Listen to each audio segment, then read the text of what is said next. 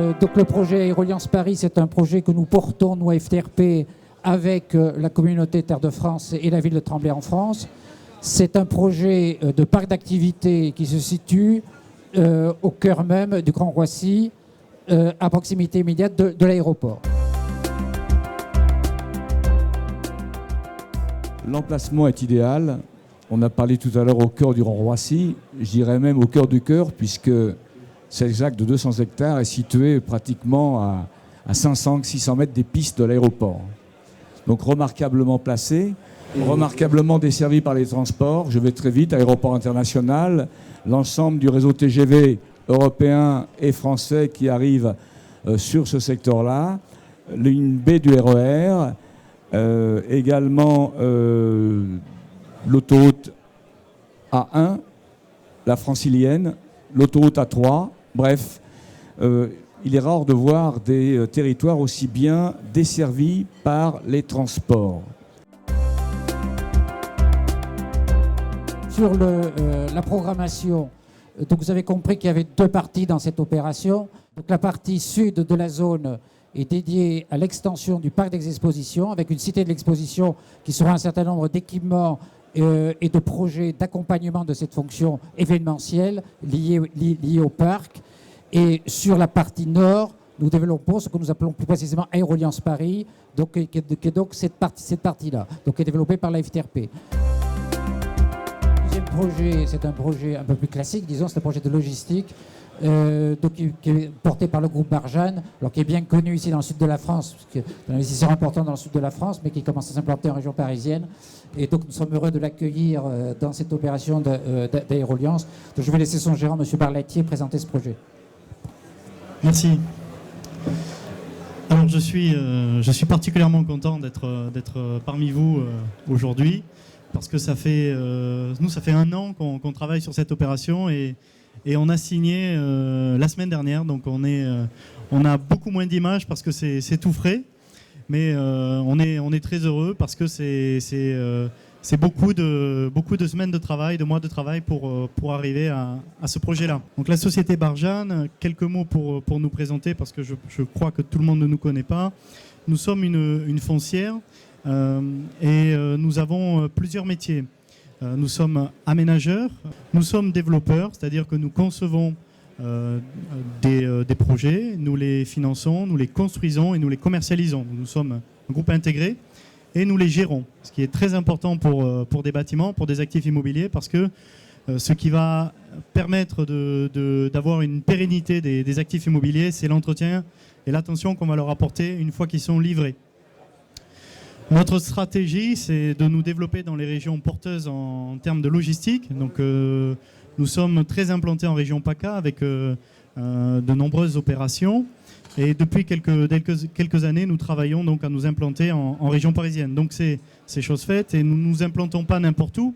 Nous avons mené une opération très importante à Marignane, à proximité donc, de l'opération de Marseille-Provence pour le compte d'Eurocopter. Et donc, c'est fort de cette expérience qu'on souhaitait également s'implanter à côté de la plateforme de Charles de Gaulle.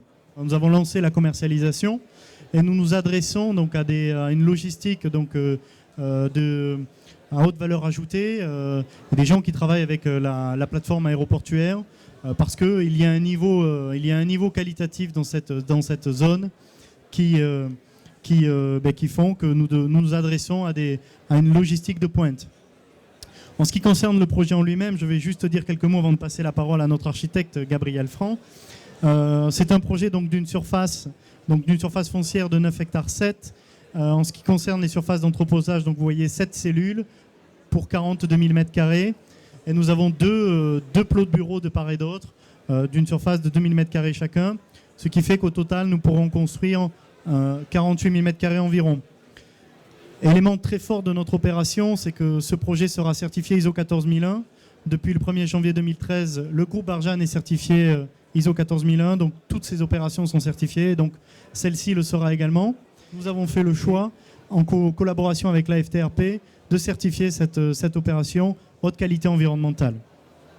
Je voulais également rajouter que, comme vous pouvez le constater, cette plateforme est cross-dock, donc ça veut dire que nous pourrons opérer des deux côtés.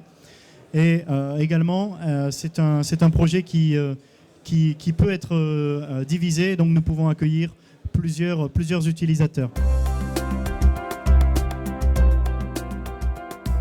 Nous considérons que le développement durable consiste en développer une architecture de qualité qui soit pérenne, fiable. Et c'est en cela que faire acte d'architecture est un acte responsable, puisqu'il s'agit d'insérer justement dans le paysage un bâtiment qui fait 45 000 m² dans une ZAC. Le développement durable, c'est bien d'imaginer un bâtiment qui, dans 20 ans, restera intégré à l'environnement. Et c'est cela qui correspond à la démarche d'investisseur patrimonial de la société Barjane. Et c'est tel que nous avons conçu ce bâtiment. En termes architectural, cela veut dire travailler des couleurs d'entrepôt. C'est jouer aussi sur les matériaux, avec des bétons matricés en façade. Vous avez remarqué que 4000 m² de bureaux à l'échelle de cet entrepôt, c'est important. Ça nous permet de traiter une façade principale de façon tertiaire. À l'échelle du projet, donc c'est un projet HQE, sans revenir sur tous les points du HQE, c'est la gestion de toutes les eaux pluviales, aussi à l'échelle de cette ZAC. C'est gérer des flux PL, VL qui soient en séparatif complet afin de limiter toute nuisance à la fois pour les utilisateurs et à l'échelle de la ZAC.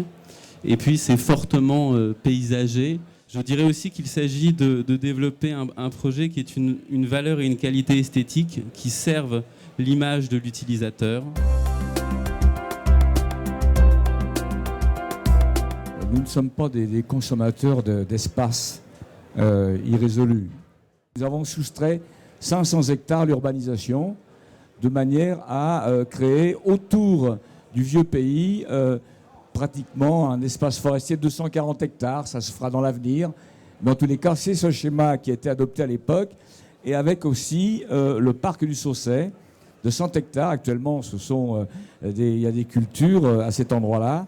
Donc c'est vraiment un parti pris qui voulait marier à la fois le développement durable, la préservation des espaces agricoles et puis valoriser totalement ce site international. Je crois que c'était important de le dire et c'est 20 ans de travail, quoi. 20 ans de travail pour les élus du secteur d'avoir réussi à convaincre, il a bien fallu convaincre aussi l'État et les différentes instances de la nécessité d'avoir à cet endroit-là une ZAC internationale de haute tenue. Voilà ce que je voulais dire en conclusion.